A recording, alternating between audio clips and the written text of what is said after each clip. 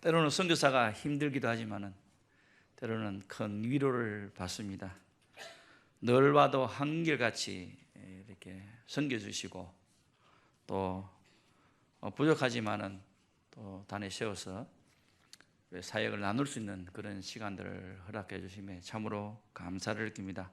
사실 이번에 제가 한 달이라는 짧은 기간 동안 나오기 때문에 사실은 설교를 하지 않으려고 조용히 왔다가 조용히 가려고 했는데 또 여러 가지 나온 목적이 몇 가지 있었기 때문에 기도하는 가운데 목사님하고 통화하게 되었고 목사님이 와서 얼굴을 한번 보자 그래서 아주 기쁜 마음으로 달려왔습니다. 또 와서 또 여러분들은 또 선교사가 또 뭐 1년 만에 또 얼굴을 보게 되네 이렇게 생각할 수도 있겠지만은 그럼에도 불구하고 오늘 우리가 저희들이 이곳에 와서 선교지의 어떤 사역들을 나누는 것이 여러분들의 삶에 좀 힘이 되고 도움이 되겠다 싶어서 오늘 제가 이 자리에 왔습니다. 제가 이제 20년 사역제로 들어가고 있습니다. 그리고 OM으로 시작하면 벌써 22년, 만 22년의 선교 사역이 지나갔습니다.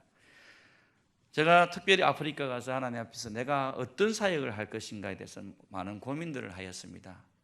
선교사들의 사역들이 많이 있죠. 뭐 학교 사역도 있고 병원 사역도 있고 신학교 사역도 있고.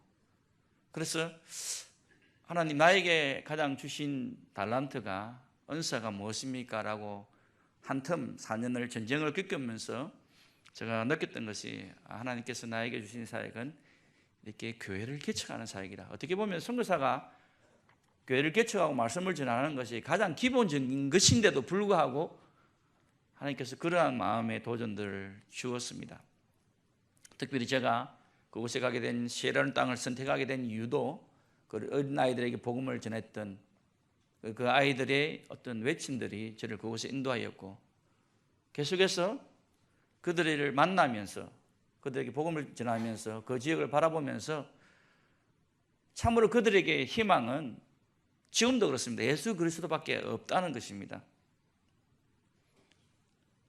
내가 도와줄 수 있는 한계, 내가 물질로 그들에게 도와줄 수 있는 한계가 있습니다. 오히려 서양의 NGO나 더 큰 단체들이 더 많은 것들을 도와줍니다.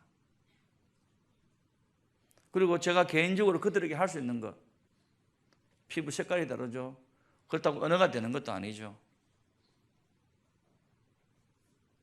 그래서 생각했던 것이 하나님이 나에게 특별하게 이렇게 전도할 수 있는, 제가 OM에 훈련받을 때 매일 인디안 사람들, 그리고 파키스탄, 방글라데시 사람들을 영국에서 도어투도 하면서 매일 아침 오후 1시부터 저녁 5시까지 매일 도어투도 하면서 그들에게 복음을 전했던 기억들, 영어는 잘 못하지만 어떻게 하든지 가서 예수를 전했던 그런 뜨거움들이 있었고, 또 한국에 사역할 때 또 하나님께 특별히 저는 이렇게 잘 몰랐는데 제가 어느 교회 이렇게 설교를 하러 가고 이렇게 모교회 근처에 가서 이렇게 설교하게 되면은 그곳에서 예배를 마치고 난 다음에 인사하는 친구들이 제 중학교 동창이고 국민학교 동창이고 그들이 제가 전도해서 교회 집사가 되고 저는 까맣게 잊고 있었는데 그들이 와서 야, 네가 이후에 어떻게 집사가 됐니? 이러니까는 야, 네가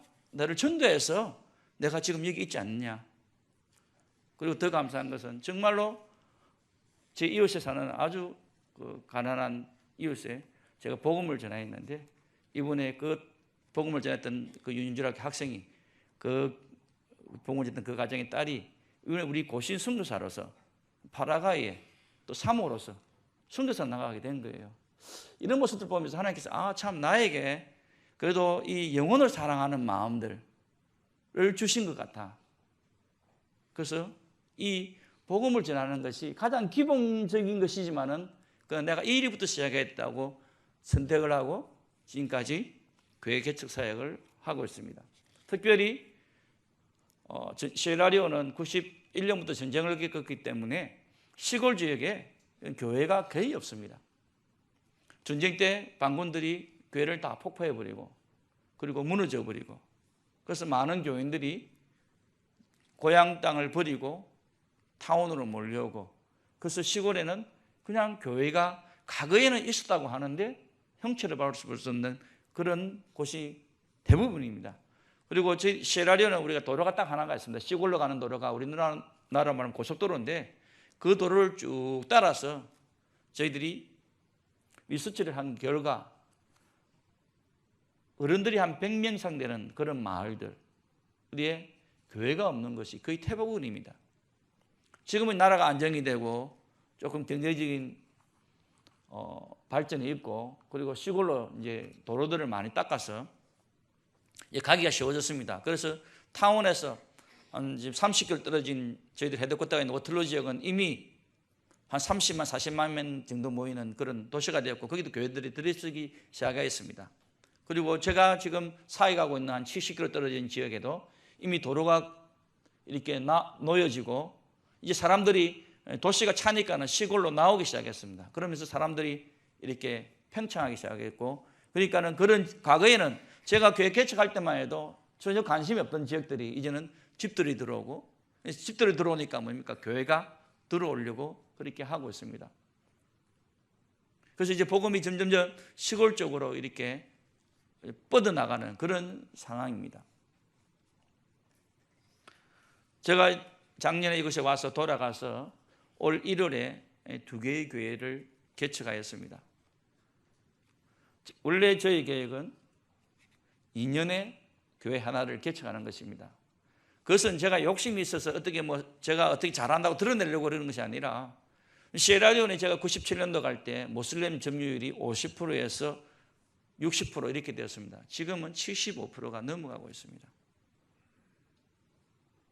시골의 그 교회의 건물들이 있었던 자리들이 모스크로 들어오고 있습니다. 지금 이란에서 사우디아라비아에서 선교사들이 아프리카로 들어오고 있습니다. 그들은 엄청난 자금력으로 들어오고 있습니다. 한국도 예외는 아니죠.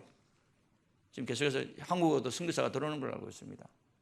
그리고 그들은 4명의 부인을 두고 아이를 놓습니다. 10명씩. 자연히 증가하죠.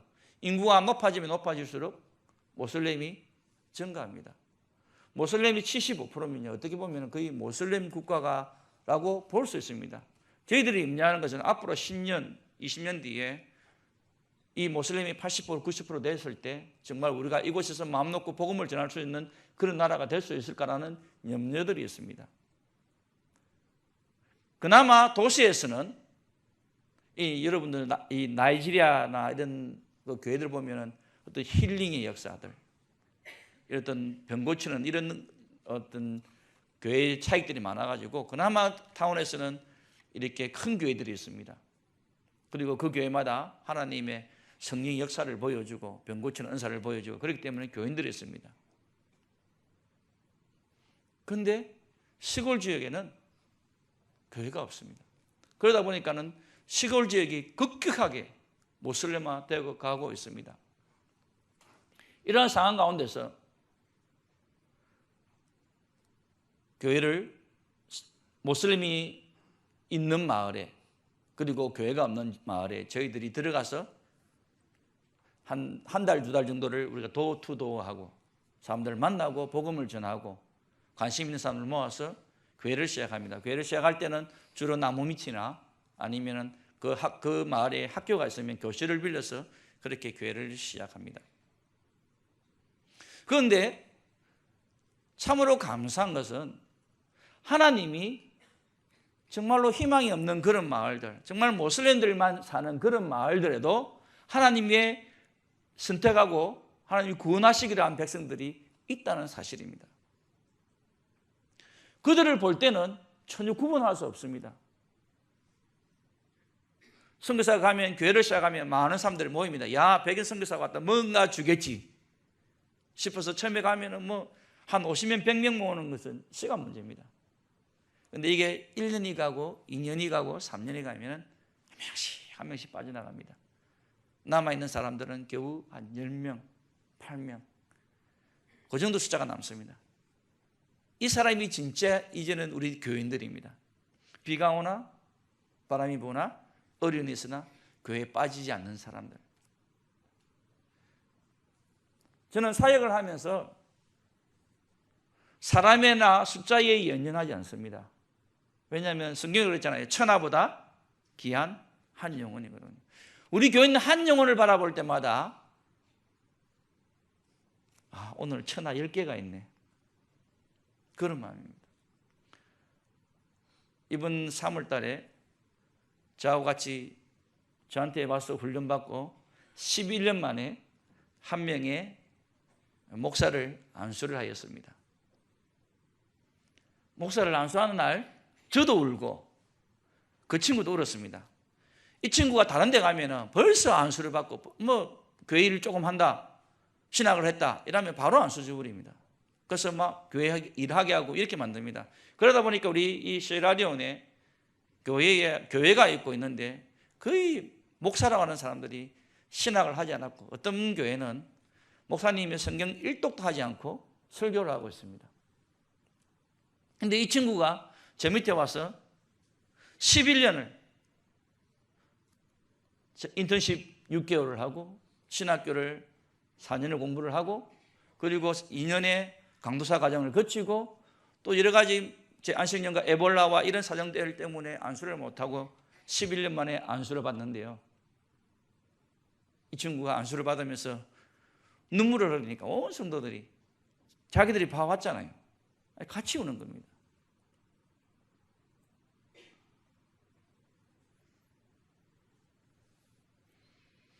그 한 영혼, 지금도 그럽니다.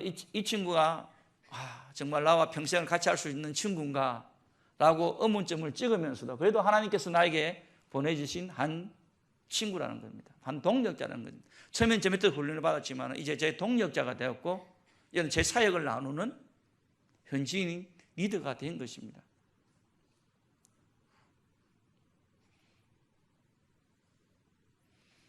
(2년) 주기로 교회를 개척하고, 저희 계획은 현지인을 세워서 현지인들에게 이양을 하고, 저는 또 다른 교회를 개척하고, 이것이 제 선교의 패러다임입니다.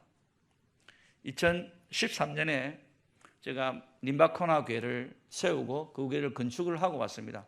교회 건축만 하는데 딱 교회당 건물만 짓는데 4만 5천 불에서 한 5만 불 정도로 들었습니다. 그리고 이제 우리 한인 회장님하고 여러분들을 모셔가지고 이제 교회 입당 예배를 드렸습니다. 우리 한인 회장님은 교회는 다니시는데 이자분이 이렇게 잘 신앙이 많이 없으신 분이에요. 그래서 교회를 지은 것을 딱 보고 이제 식사를 하는데 성사님, 교회가 너무 아름답습니다. 참 좋습니다. 근데 성사님, 이 교회를 어떻게 하십니까? 그래서 물어보더라고요. 그래서 이것은 우리 한국에서 우리 성도들이 헌금을 해서 우리 현지인들을 위해서 보내주는 거기 때문에 내가 이 교회를 지어서 우리 현지인들에게 다 넘겨줍니다. 이러니까 이분이 사과하시는 거죠. 아니 성사님, 이 교회 짓는데 건물이 얼마고 땅값이 얼마인데 아니 이 많은 재산을 그냥 공짜로 다 넘겨주십니까? 그렇게 이야기하더라고요. 자기로의 계산으로는 그것이 맞지 않는 것입니다. 근데 저희의 생각은 그것이 아닙니다. 이것은 제 것이 아닙니다. 왜? 하나님이 우리 성도가 눈물로 기도로 헌금해가지고 이 나라 이 백성들에게, 이 성도들에게, 우리 동역자들에게 주신 거기 때문에 제 것이 아닙니다. 저는 넘겨주고 갑니다. 사람의 생각으로 맞지 않지만은 제가 선교를 하면서 철저하게 하나님께 배웠고 순종하라는 것은 선교지에 나의 것을 남기지 말자입니다. 선교사가 받는 유혹 중에 하나가 그렇습니다. 내가 뭔가 이루어 놓았다, 내가 뭔가 세워 놓았다, 그리고 이것이 하나의 my kingdom, 나의 왕국이 될 수가 있습니다. 자칫 잘못하면 내가 이만큼 했는데, 내가 이만큼 노력했는데, 이만큼 지었는데 라고 생각하면 그때부터 그것이 하나의 나의 왕국이 되고 나의 것이 되고, 현지인들은 뭐가 됩니까? 내가 섬기는 사람이 아니라 내가 그들에게 섬김을 받으려는 자가 되는 것입니다. 그래서 저와 제 아내는 철저하게 하나님 앞에서 우리 여기 섬기러 왔기 때문에 섬기는 자로 살아가려고 노력을 합니다. 그래서 어떻게 하는데 교회를 짓고 이것은, 저는 교회를 딱 짓고 헌당 예배를 드리고 나면은 우리 성도들이 바로 공포합니다. 자, 오늘부터 이 교회는 여러분 것입니다. 저는 오늘이고 내일이고 또 다른 곳으로 개척하러 갈 수 있습니다. 여러분들이 이 교회를 사랑하고 여러분들이 이 교회를 지켜야 하고 여러분들이 이 교회를 키워나가야 됩니다. 그렇게 해서 네 교회의 교회를 지금 지었고요. 지금 또 두 군데의 새로운 개척지를 하고 있습니다. 제가 복음을 전하면서 때로는 내 생각과 내 계획이 맞지 않다는 것을 하나님께서 보여주십니다. 여러분들도 여름이 되면 여름 성경학교를 합니다. 저는 특별히 이 어린이 사역과 그리고 이 청소년 사역에 대해서 굉장히 많은 관심을 가지고 있습니다. 제가 선교지에 열심히 전도하다 보니까는 어른들은 이미 사고가 굳었습니다. 그래서 뭔가 자기 이익에 따라서 움직입니다. 그런데 이 어린아이들은 아직까지 그들의 마음속에 이 그림들이 하얀 백지와 같아서 그 백지에 어떤 그림을 그려주는지에 따라서 그 아이들의 생각이 바뀌고 꿈이 바뀝니다. 저희도 말씀을 드렸지만은 맨 처음에 가서 첫 교회를 개척하고 여름 성경학교를 하는데 여러분의 꿈이 무엇입니까? 라고 질문했을 때 애들이 다시 저에게 방문하기를 선교사님 꿈이 무엇입니까? 그들에게는 꿈이 없습니다. 그들에게는 비전이 없습니다. 왜냐하면 오늘 살다가 오늘 죽는 삶입니다. 내일이라는 게 없습니다. 제가 이번에 9월달에 나오기 전에 시에라니 우기철입니다. 우기철 되면은 한 6월부터 한 저희들이 9월 말까지 4,500mm 비가 옵니다. 우리 한국은 1년 강수량이 1,500mm입니다. 근데 3, 4개월 동안에 4,500mm가 와요. 그러면 이 기간에 굉장히 춥습니다. 그리고 이 기간에 사람들이 가장 많이 죽습니다. 날씨가 추우니까는 감기 걸리면 말라리아죠. 또 말라리아뿐만 아니라 수인성 전염성, 콜레라, 그다음에 장피부사죠. 그러면 현지 우리 시골에 있는 사람들은 약 한 번씩 보지 못하고 그냥 병에 걸리면 그냥 죽어갑니다.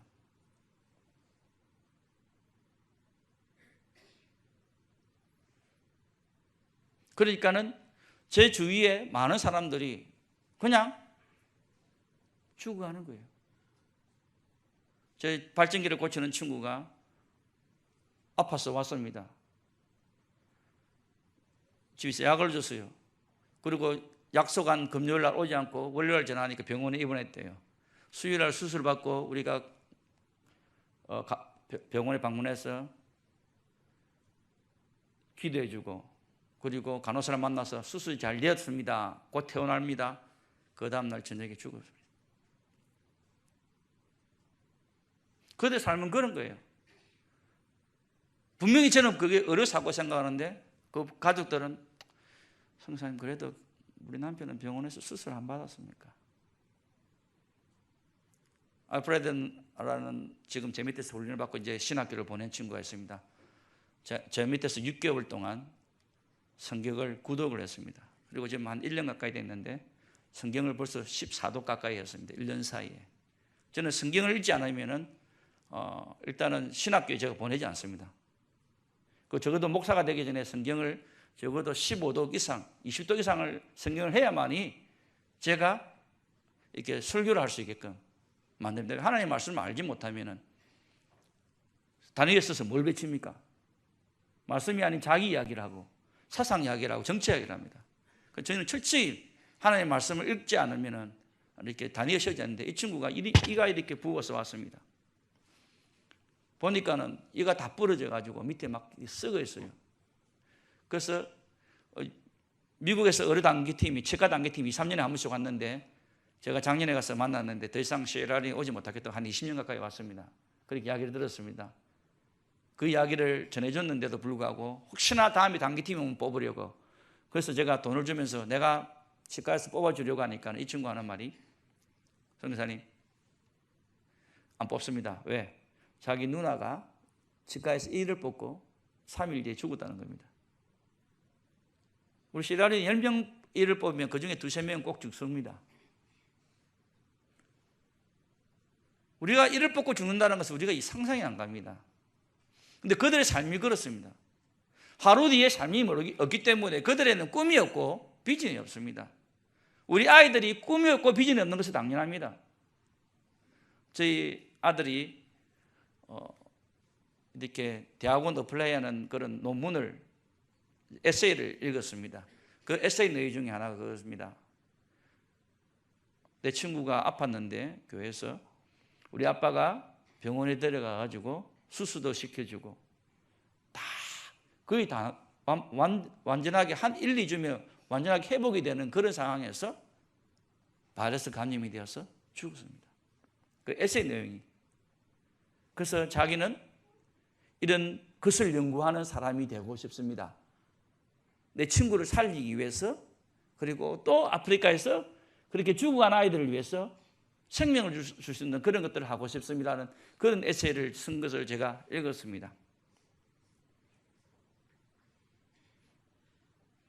꿈이 없는 비전이 없는 그 아이들에게 여름 성경학교를 통하여서 매주일 유인주일학교 통하여서 복음을 전하였더니, 예수 그리스도를 신겨주었더니 그들이 꿈을 가집니다. 그들이 비전을 가집니다. 이번에 제 밑에 유인주일학교 때부터, 여름 성경학교 때부터 배웠던 아이가 이번에 티처스쿨, 그러니까는 교육대학을 이렇게 졸업을 했습니다. 이 친구가 원래 목사가 된다고 했는데, 이 목사가 되는 보니까 돈이 안 되거든요. 고등학교를 제가 고등학교 1학년 때부터 졸업할 때까지, 그리고 대학 입시 시험까지 제가 풀로 4명을 이렇게 스포트를 했습니다. 다 목사 되기로 해놓고. 근데 딱 고등학교 시험을 딱 치고 난 다음에 전부 다 목사가 안 된답니다. 왜? 돈이 안 되니까. 그리고 고등학교를 졸업하면 이제 잡을 구할 수 있으니까. 그 나라에는 뭐 고등학교 정도만 졸업해도 우리나라 대학 이상의 어떤 학력을 인정받기 때문에. 그런데 이 친구가 성생이 되어가지고 이제 교회에서 자기가 배운 그대로 유인주일학교 아이들에게 말씀을 가르치고 있습니다. 이 친구 한 번은 제가 금요 기도회 때 설교를 시켜봤습니다. 뭐 간증비슷하게 시켰는데, 죄송하지만 우리 전도사보다 훨씬 설교가 깊이가 있고 훨씬 좋았습니다. 그 친구가 제가 계속 권유했습니다. 너 목사 돼야 되겠다. 성사님 안 하겠습니다. 나는 목사 그릇이 아닙니다. 저는 승생하겠습니다. 우리 유인주일학교 때부터 계속해서 말씀으로 훈련받고 자랐더니 웬만한 전도사님보다 말씀에 더 깊이가 있고, 이렇게 종교 혼합주의 그리고 알미난주의 같은 그런 가운데서도 신앙을 지키려고 하고, 자기가 그렇게 배웠기 때문에 또 자기 민족의 아이들에게 전하고 싶은 그런 마음들이 있는 것입니다. 이번에 여름 성경학교를 하고 왔습니다. 2013년에 제가 안성에 나왔고 2014년부터 15년 에볼라로 여름 성경학교 중고등부 수련을 못했습니다. 그리고 3년 만에 여름 성경학교를 하였습니다.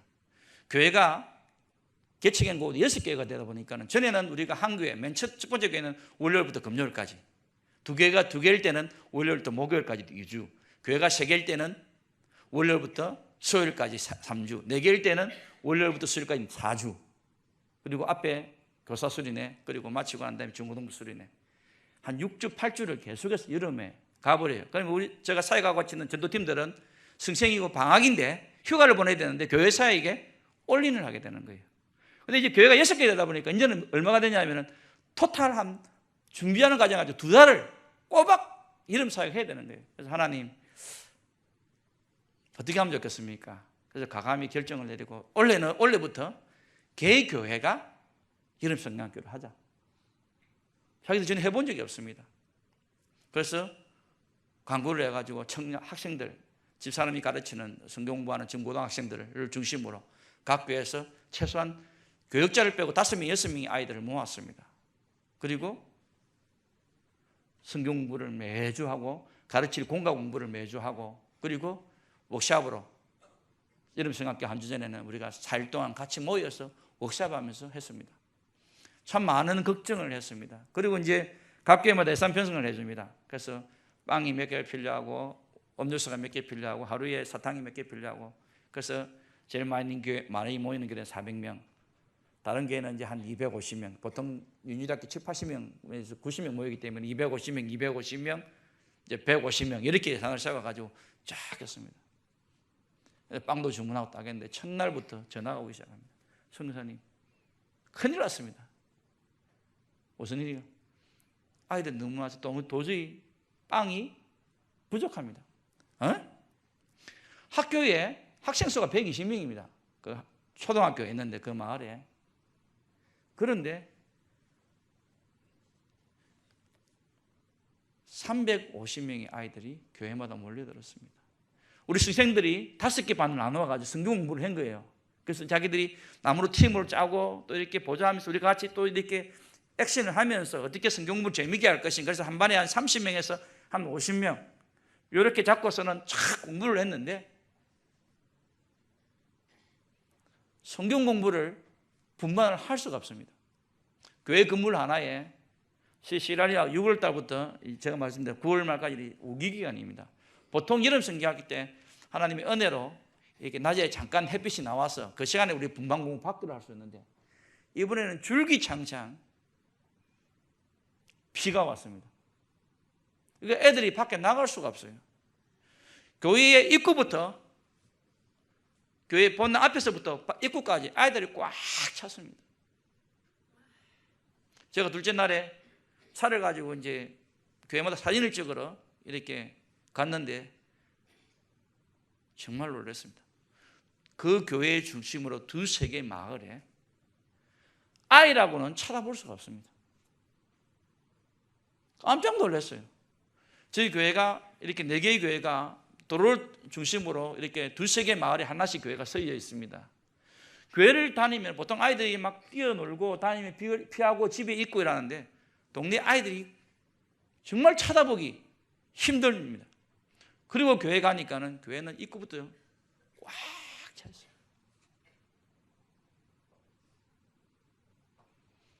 하나님, 한 250명 이상 했는데 350명 이상이 오니까 내 사는 너라고 빵은 빵대로 더 주문을 많이 해야 되고 그 폭우가 쏟아지는데 이번에 제가 오니까 울산에 뭐 비가 많이 와서 그렇죠. 우리는 1-2시간만 비 오면 그 정도로 쌓여버립니다. 여러분 우리는 우산이 있고 차가 있으니까 폭우가 오면 아무 문제가 없죠. 우리 시에라리온은 시골에는 옷이 없어요. 그래가지고 옷을 이렇게 젖잖아요. 저러면 교회 오면 애들이 감기에 걸려요. 감기에 걸리면은 제가 말했지만 감기 걸리면 면역성이 떨어지기 때문에 바로 말라리아 옵니다. 그리고 바이러스 감염들에 의해서 많은 애들이 죽어요.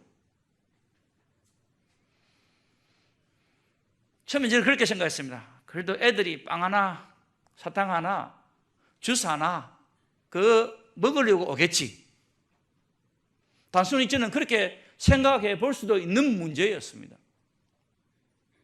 그런데 그게 아니더라고요. 물론 그 빵 때문에 그 주는 주스 때문에 사탕 때문에 올 수도 있습니다. 그런데 만약에 저 같으면 그 비가 폭우 같은 비가 오는 그 가운데 그 사탕 하나 빵 하나 먹으려고 내가 거기에 비 맞고 가서 감기 걸리면 죽을 수도 있는 그런 상황인데 그들이 오겠냐는 것입니다.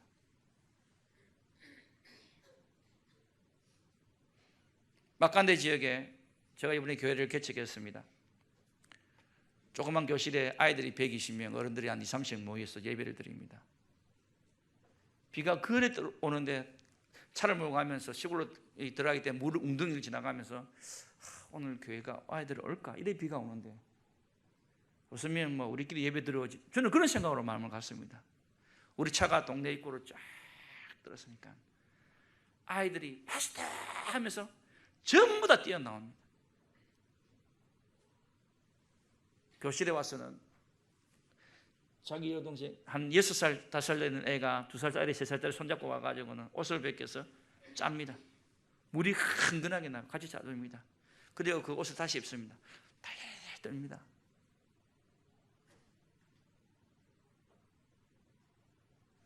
그 아이가 단지 빵 하나 때문에 교회에 왔을까요? 저 같으면 그 비 안 옵니다. 이번 주 안 가면 다음 주 가면 다음 주 또 뭐 주는데요. 사탕 하나 주는데요. 그런데 그 아이들이 그 비를 맞으면서 우리가 어른들이 한 500m 내지 1km 걷는 거하고 애들이 1km 걷는 거하고는 거리감이 완전히 다르죠. 근데 그 비를 맞으면서 뛰어온다는 것입니다.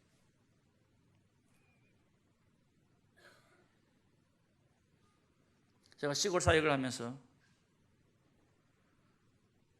때로는 힘이 들고 때로는 쉬고 싶습니다. 제가 이번에 나오면서 저 사람 보고 야, 우리 가면은 이번 좀 있고 좀 쉬면서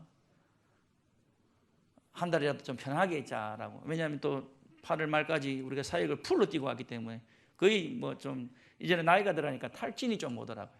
전에는 제 나이가 아직까지 선교사 갈 때 30대로 생각하고 막 움직였는데 이제는 몸이 그렇게 따라오지를 못합니다.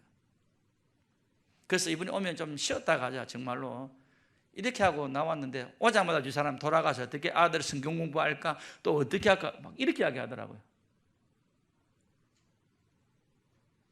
그 이야기를 아내고 나누면서 우리는 청상 선교사이다. 좀 쉬고 싶은데 우리의 생각에 우리의 마음속에는 그 영혼들이 자리 잡고 있는 거예요. 그 아이들이 비를 맞고 와서 듣는 것은 뭐냐? 예수 믿으면 천국 간다. 우리가 천국에 대한 꿈과 비전을 가지 예수님에 대한 꿈과 비전을 가지 그거밖에 없어요. 1년 10달 와서 제가 전하는 그거밖에 없습니다. 그런데 그 한 영혼이 그 이야기를 듣고 꿈을 가지고 비전을 가지고 건강하게 자라면은 그들이 뭐가 됩니까? 나중에 다시 교회로 와서 그 아이들에게 다시 가르치는. 제가 은퇴가 한 18년이 남았습니다. 선교사라서 남았는데 지금 우리 후배 선교사가 오지 않습니다. 아프리카 힘든 지역이고 차비가 너무 머물고 또 이렇게 뭐 선교지에 방문을 안 하니까는 아무것도 없잖아요. 그러니까 늘 아내만 얼굴만 이제 애들도 다 떠나 아내 얼굴만 보고 매일 이렇게 살아가고 있습니다. 외롭거든요. 안 오고도 합니다. 18년 지금 20년 동안 아무도 안 하는데 앞으로 18년 동안 또 어느 후배 선교사가 올는지 저희들이 의문점을 달고 있습니다. 우리 시에라리온이 1988년부터 우리 고신선교부가 선교사를 보내서 사역을 했던 곳입니다. 그런데 앞으로 18년 뒤에 후배가 오지 않으면 이제 선교사가 문을 닫아야 됩니다. 그럼 한 50년 가까이 선교했던 곳이 우리 선교사가 있기 때문에 문을 닫아야 하는 그런 어려운 실정이 됩니다. 그러면은 우리 장로교가 우리가 처음 들어와서 장로교를 시작했는데 장로교 역사가 50년은 끝나야 되나? 라는 많은 의문점을 갖게 되었습니다. 그래서 저희들이 생각한 게 18년이면 아직까지 길다. 우리 여인절학교 학생이 말씀을 뵙고 듣고 자라서 청년이 되는 데까지는 불과 10년이면 되잖아요. 중학교, 고등학교, 대학 가면 되잖아요. 얘들이 10년, 15년만 뒤면 말씀을 바로 잘하면 이제는 너희들이 또 너희들을 가르치고 그래서 이제는 아직까지는 미숙하지만 저희들이 300명, 50명 모일, 350명 모일 거 생각 안 하고 아이들이 가르쳤는데 아이들이 이 중고등학생들이 너무 놀라고 너무 감사하고 춤을 추는 거예요. 자기가 준비한 여름 성경학교 교재 열심히 배웠던 거 못했어요. 왜냐하면 350명 모아놓고 한 명이 가르쳤어요. 교회가 건물자가니까 어떤 데는 교회를 두 군데 나가가지고 작은 반, 높은 반 5명이 준비해서 2사람만 가르쳤어요. 그렇지만은 애들이 우리 교회가 이렇게 모인 데가 없는데 왜? 그 동네 학교가 120명인데 350명이 왔으니까 안 믿기는 거죠. 마을 동네 다 모였다는 거죠. 우리가 준비하고 기도하고 하니까는 하나님이 보내준다는 것을 애들이 느낀 거예요. 그 중고학생들이. 그러니까 저가 신이 나는 거예요. 350명 와서 얼마나 힘들겠어요. 율동 가르쳐야 되죠. 말씀 가르쳐야 되죠. 분광공만 따라다니면서 한 명이서 가르치면 여쪽에서 또 전달해야 되죠. 다른 뭐 준비한 행사들 아무것도 못하고 오전 오후로 말씀을 가르쳤는데 이 아이들이 신이 나는 거예요. 그래서 내년에 선교사님 내년에는 우리 좀 더 준비합시다. 우리 중고등학생들이 그렇게 이야기하는 거예요. 왜? 자기가 처음 해보려니까 하나님께서 준비하고 하니까 보내주신 걸 느꼈거든요. 그래서 저는 이거다. 우리가 18년 동안 선교사 안 보내주면 우리 그렇다고 해서 선교가 계속되는 스톱이 되는 것이 아니라 어떻게 하든지 이 아이들을 훈련을 시켜서 이 아이들로 하여금 교회가 자라게 하고 교회를 세워나가야 되겠다. 오늘 죽으면 뭡니까? 힘들고 어렵고 정말 삶이 고달픈 이 시에라는 삶에서 천국 가니 좋잖아요. 예수 믿어 천국에 복음이 있으니까. 우리 시에라는 사람들은 죽으면요 그렇게 처음에는 가족은 슬퍼하지만 모든 사람들은 거의 슬퍼하지 않습니다. 왜냐하면 이제는 이 땅의 고통은 끝났잖아요. 살려고 노력하지 않습니다. 죽음을 순수히 그냥 받아들입니다. 우리 같으면 그렇게 안 할 거예요. 그런데 죽는 것에 대해서 그렇게 두려워해. 자기는 죽으면 이제 이 땅의 고통은 없잖아요. 아픔의 고통, 배고픔의 고통, 뭐 이런 고통들이 없으니까는 그냥 죽음을 담담히 받아들여요. 우리 성도들이, 우리 아이들이 복음을 듣고 예수 그리스도를 믿으니까는 죽으면 뭡니까? 천국 가니까 좋죠. 살면은 이 아들이 말씀으로 잘 자라서 또 교회에 와서 자기들이 복음을 전하는 사람이 되니까 저한테는 더 좋은 거예요.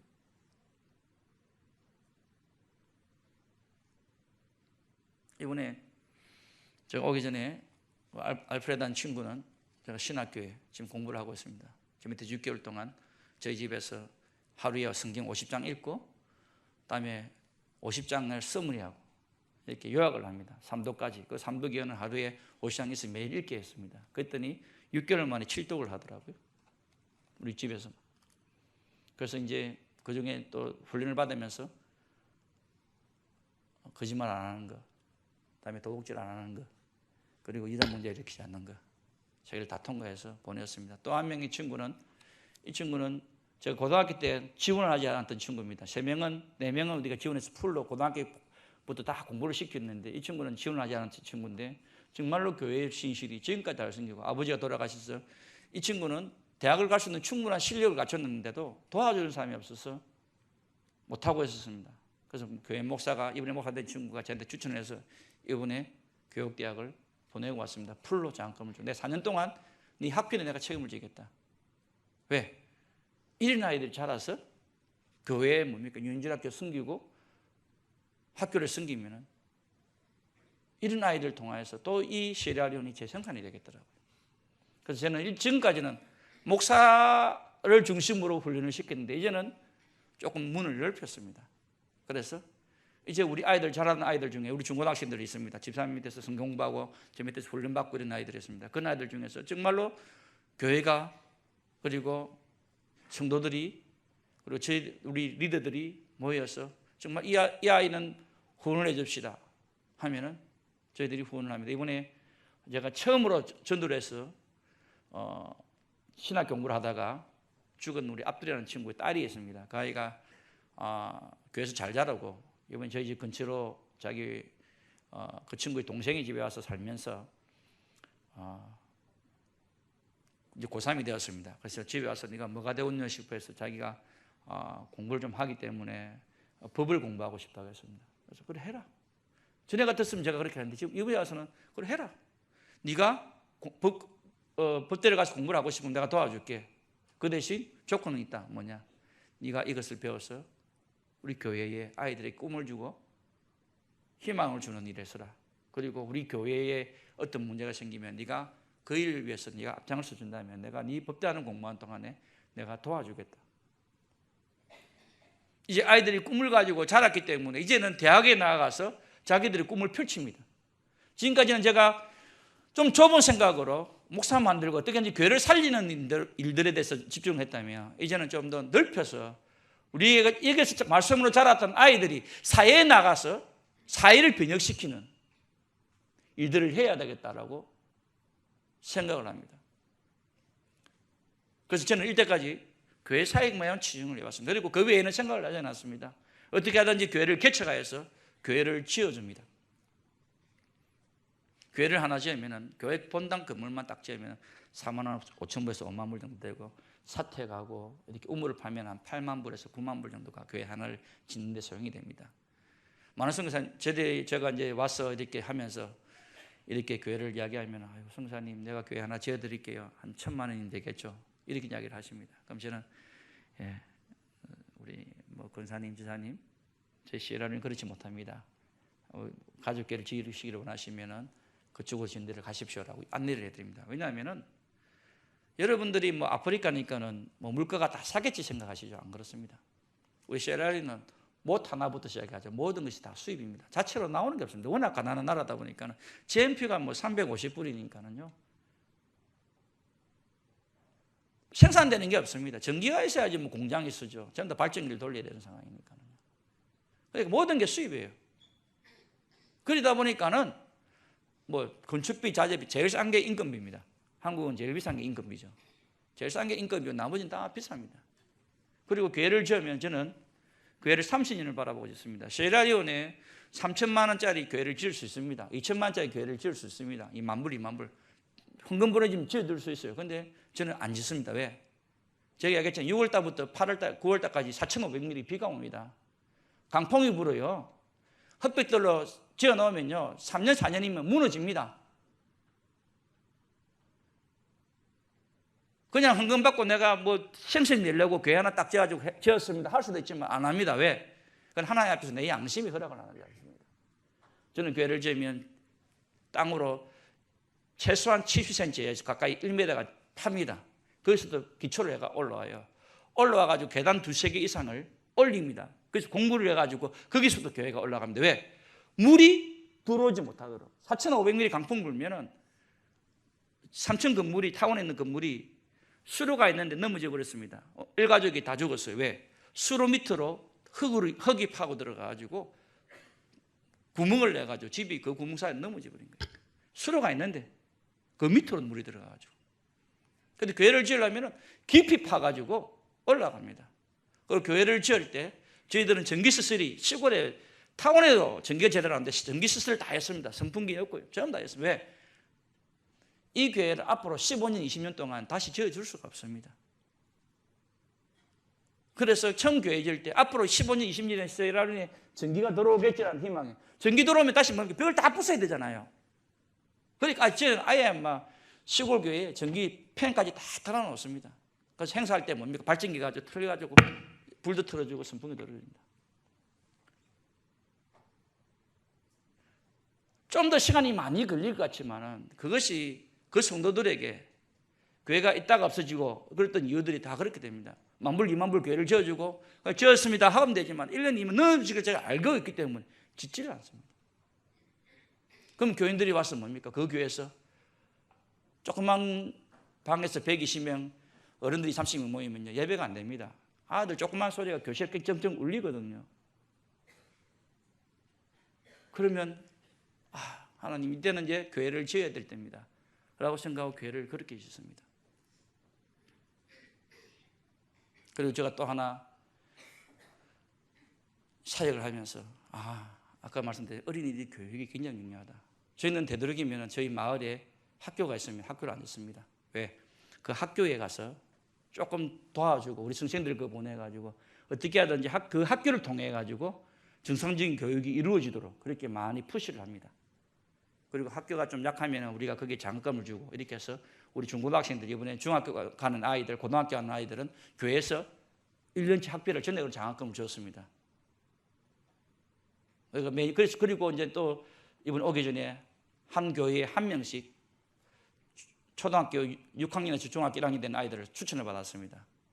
지금 돌아가면서 선정을 해가지고 이제는 그 아이들이 교회에서 계속 보장을 하면 대학을 졸업할 때까지 계속해서 교회가 그리고 제가 장학금을 주려고 합니다. 사람을 키우기 위해서. 어쨌든 인재를 키워야 되거든요. 거리수단에 참된 인재가 써야만이 교회가 쓸 수 있기 때문에. 근데 지금 림마코나라는 교회에 제가 지었던 교회에 학교가 초등학교가 필요합니다. 우리 교회를 열어서 70-80명의 아이들이 모입니다. 근데 교회를 엉망으로 만듭니다. 아이들이 거기서 뛰어놀고 하니까 유리 다 깨버려요. 그리고 이렇게 선풍기다는 뭐 작동하지만 선풍기 꼭지를 다 빼버려요. 손잡이 같은 거. 그리고 이렇게 페인트를 칠하는데 애들이 뭐 밥 먹고 시커먼 손으로 발라버리니까는 온 자신을 해요. 그리고 애들 뛰어내리고 막 장난치다 보니까 이 이렇게 세면으로 이렇게 발라난 것들이 구멍이 움푹 파버립니다. 그리고 우리 교회의 옆에 방에다가 이제 건축자재를 앞으로 사택을 짓고 하면 늘 건축자재가 있었는데 이게 소문이 어떻게 나갔는지 우리 사람들 거의 모르는데 밤에 도둑이 아주 이 문을 부숴버리고 철문을 그냥 벽을 부숴가지고 거기 있는 건축재를 다 훔쳐가 버렸습니다. 그래서 하나님 이제는 때가 하나님 저는 교회 외에는 생각을 안 했는데 이제는 하나님 이 마을을 위해서 초등학교를 지어야 되겠습니다.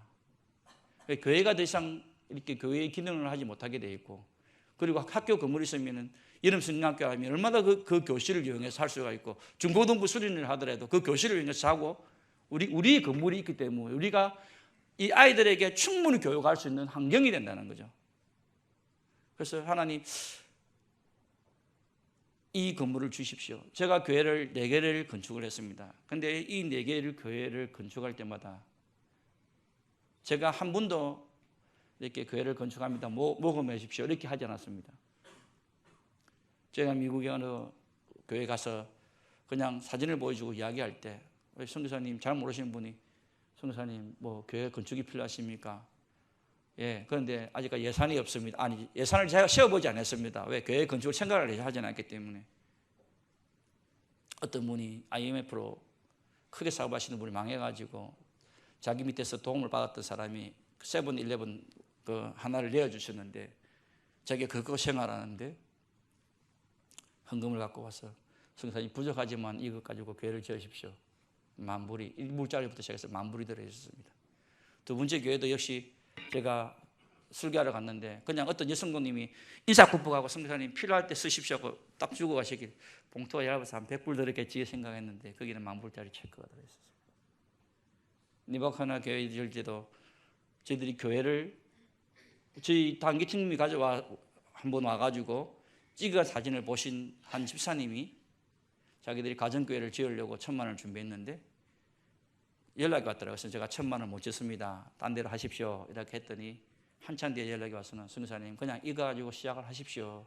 우리가 이 가정을 우리가 거기에 짓지 않고 이렇게 버티겠습니다. 해서 시작을 했습니다. 그렇게 해서 교회를 지어갔습니다. 제가 어떤 교회를 짓겠다라고 계획을 하고 이렇게 한 것이 아니라 하나님께서 내가 지어져야 될 때라고 생각하고 기도하고 있으면 하나님께서 그렇게 무명해. 그래서 저희들이 교회를 지을 때 모든 것들이 다 무명입니다. 그들이 헌금할 때 절대 자기 이름을 밝히지 말고 자기 헌금한 죄송하지만 단위 목사님도 모르고 계십니다. 왜? 알면은 자기들 형편을 알기 때문에 또 갈까 싶어가지고 그런 분들이. 그래서 저는 우리 모든 교회를 이렇게 합니다. 무명의 성도들에 의해서 그들의 기도와 눈물로 세워진 교회라고 그렇게 이야기를 합니다. 하나님께서 그렇게 교회를 지어주셨습니다. 그리고 이번에 저희들 또 교회를 위해서 제가 올 때 기도하고 왔습니다. 사실은 올 때 작년에 어느 한 교회가 교회를 지어주겠다 약속을 했습니다. 그래서 저는 기대를 하고 나왔는데 거기에 전화하니까 목사님이 한국 교회 형편하시죠? 목사님하고 내하고 친하니까 딱 깨놓고 이야기하겠습니다. 교회 못 지어주겠습니다. 우리 교회 힘듭니다. 제가 조금 충격을 받았습니다. 그리고 난 뒤 제가 느꼈던 것은 내가 또 사람을 의지하려고 했구나. 그 교회 약속했기 때문에 당연히 지어줄 거라고 생각하고 내가 왔는데 이것이 하나님이 요구하시는 원하시는 방법이 아니구나. 다시 원래로 돌아가자. 내가 기도하자 앉아서 하나님이 하시겠지. 하나님이 안 주시면 지금 찍을 때가 나는 때라고 생각하는데 하나님이 생각하시는 아직 때가 아닌갑다라고 생각을 제가 접었습니다. 사랑하는 성도 여러분, 왜 복음을 전해야 합니까? 제가 아까 말씀드렸죠. 한 영혼 우리 한국에서 내가 전도해서 우리 선교사로 나가는 그 가정. 저는 한국에 있으면요 다 복음을 들을 줄 알았어요. 근데 그 집안은 철저한 불교 집안입니다. 그 엄마가요 한 달에 2번씩 차로 관광대를 버셔가지고 구미에 어느 절에 선산의 어느 절에 성도들 데려가는 그런 보살이었습니다. 그 아버지는 새벽 4시만 되면 일어나서 바위 밑에 떨어지는 물 받으면서 거기서 씻고 거기서 공양을 드리는 사람이었습니다. 저는 예수를 알 줄 알았습니다. 그분들이. 그런데 예수를 몰라요. 저는 충격을 한국에 살면서요. 그분들 전도할 때 충격을 받았습니다. 그런데 그분을 위해서 제가 3년을 기도하고 결국 제가 대학원 졸업하기 전에 그 가정을 예수를 가정을 믿게 하였습니다. 근데 그 딸이 이제는 선교사로 나갑니다. 제가 왜 이런 이야기를 드리냐면 한국에는 여러분 생각할 때 복음이 필요 없다고 생각하시죠? 아닙니다. 우리가 왜 복음을 전하게 됩니까? 그 다음에 17절에 보면은 믿음은 들음에서 나며 들음은 그리스도의 말씀으로 말미암는다고 이야기하고 있습니다. 복음을 들어야만이 믿음이 생기고요. 예수 그리스도를 들어야만이 구원을 얻습니다. 이거는 절대 진리잖아요. 그런데 우리가 안일하게 한국이기 때문에 복음을 다 듣겠지라고 생각을 합니다. 저는 시에라리오였어요. 이거 말씀 때문에 저는 열심히 전합니다. 나의 주신 사명, 우리 지사는 대학에는 씨를 뿌린 자다. 나는 열매를 생각하지 않습니다. 왜? 나는 씨를 뿌리러 보냄을 받은 자이기 때문에. 복음을 전하는 뭡니까? 발이여 아름답다 했었습니까? 나는 그런 사람입니다. 하나님께서 보냄을 받았기 때문에 열심히 복음 전합니다. 열매를 맺게 하시고 자라게 하시고 영광을 받으실 분은 누굽니까? 하나님이에요. 내가 아니잖아요. 그죠? 그런 심정으로 열심히 복음을 뿌립니다. 그 아이들이 꿈을 가지고 비전을 가지는 거 보고 저는 감사하며 하나님 내가 더 섬기겠습니다. 더 뿌리겠습니다. 더 열심히 하겠습니다. 개척교회 되게 힘듭니다. 10시에 예배, 12시에 예배, 3시에 예배입니다. 제 본교회가 12시에 있으니까요. 아침 저녁 하루 종일 우리 진도팀들이 저를 따라다니면 힘이 듭니다. 근데 이제 그럽니다. 아이고 선교사님 우리도 나이가 들어갑니다. 그러나 우리가 그것을 주저할 수 없는 것은 그들이 오늘이 아니면 오늘 복음 듣지 않으면 내일이었기 때문입니다. 마찬가지입니다. 저는 마산 유로교회가 어떻게 성장했는가를 제가 일찍 이 교회 와서 목사님 저 상가 때부터 보고 배웠고 목사님 어떻게 전도하는 걸 제가 알고 있습니다. 그래서 지금 이만큼까지 교회가 성장했던 것을 제가 알고 있습니다. 여기서 수업하면 안 됩니다. 아직까지 복음이 필요한 사람들, 복음을 듣지 못한 사람들이 있습니다. 이 나라에도요. 그들에게 말씀을 전하지 않으면은 그들이 복음을 듣지 않으면은 그들이 결국 구원을 받을 수 없고 그리고 여러분들 사명을 다했다라고 말씀할 수가 없는 것입니다. 사랑하는 성도 여러분, 저는 또 이제 일이면 들어갑니다. 또 들어가서 또 우리 아이들을 향하여 또 아이들의 꿈을 주고 또 비전을 주고 또 교회를 세우고 또 하나님 허락하신 학교를 세우고 그들에게 계속해서 예수 그리스도 신겨주고 제가 18년 뒤에 은퇴하더라도 이들이 자라서 그들의 민족들에게 복음을 전하기를 갈망하며 기도하며 또 나아갈 것입니다. 여러분이 오늘 이 교회에서 여러분도 나아가십시오. 저는 제발 부탁을 드립니다. 한국이 안전지대가 아닙니다. 우리는 밖에서 한국에서 기도합니다. 모슬렘이 엄청나게 들어와 있고 지금 사회가 동성애가 들어가 있고 정말 기도할 점이 너무 많은데 우리 한국의 교인들이 깨어있지 않은 것 같아서 참으로 답답하고 이제는 우리가 다시 한국으로 선교하러 들어와야 되나? 라는 생각까지 하고 있습니다. 여러분들이 자리에서 여러분들이 그 일들을 하지 않으면 선교사가 선교지에서 불안합니다. 그들 영혼 가르침하고 그들에게 복음 전하는 것만으로도 힘들게 되는데 한국의 어떤 생각까지 저희들한테 짐을 떠넘기지 말아 주십시오. 여기는 여기대로 선교지는 선교지대로 같이 복음을 전하고 같이 하나님 나라가 확장되어야 우리가 빨리 주님 나라 가지 않겠습니까? 사랑하는 성도 여러분, 이제 말씀을 맺겠습니다. 우리가 복음을 전해야 될 이유는 그들이 복음을 들어야만이 믿음이 생기고 믿음이 생겨야만이 구원을 얻습니다. 그건 절대 원리입니다. 다른 방법이 없고 다른 길이 없습니다. 저는 선교지에서 일들 계속할 것입니다. 건강이 허락하는 한 제가 할 수 있는 한 저는 한 영혼을 붙잡고 오늘도 그들을 향해서 나아갈 것입니다. 여러분들은 오늘 이곳에서 정말로 이 기독교 점점 힘들어가는 이 한국에서 그 사명을 감당하고 이 유로교회가 지금보다 더 성장하고 더 많은 성도들이 이곳에 차서 하나님께 영광을 돌리는 그런 교회가 되기를 축원합니다.